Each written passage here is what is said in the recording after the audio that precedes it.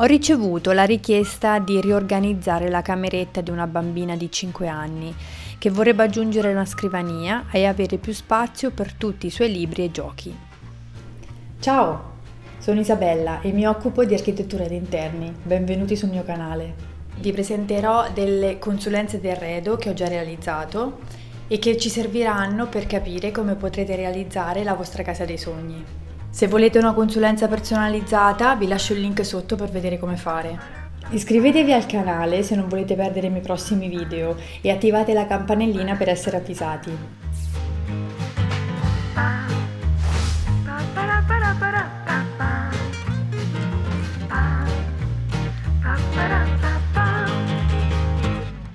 Alla fine del video di oggi avrete visto una possibile soluzione che ha sfruttato al meglio lo spazio di una cameretta con una superficie di circa 12 metri quadrati.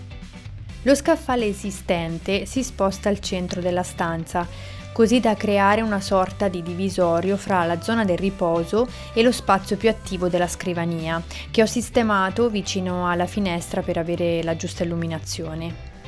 Ho aggiunto uno scaffale identico, ma l'ho sistemato in orizzontale per creare una sorta di quinta a cui poter accostare il letto. Lo spazio davanti all'armadio, che mi è stato chiesto di non spostare, di lasciare dov'è, rimane completamente libero e a disposizione per le attività di gioco a terra della bambina. Ecco il risultato del mio intervento. Nella cameretta dei bambini è fondamentale definire gli spazi per mantenere tutto in ordine e lasciare loro la libertà e la spontaneità durante le attività di tutti i giorni.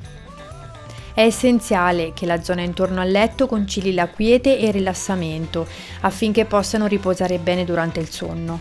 Questo è possibile quando l'ambiente è in ordine e è sgombero da oggetti che non sono necessari appunto per dormire. Anche i colori sono molto importanti nella stanza dei nostri piccoli, sia per un buon sonno che per invogliarli a vivere con entusiasmo la propria stanza. Ho selezionato questa combinazione di colori per la cameretta, partendo dalla scelta fatta da Pantone per il colore dell'anno 2021, che sono il grigio e il giallo.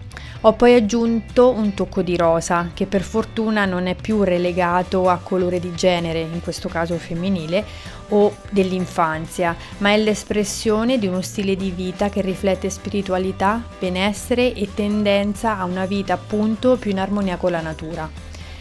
Questo perché il rosa è associato alla positività, alla buona salute, al benessere, alla delicatezza e alla compassione.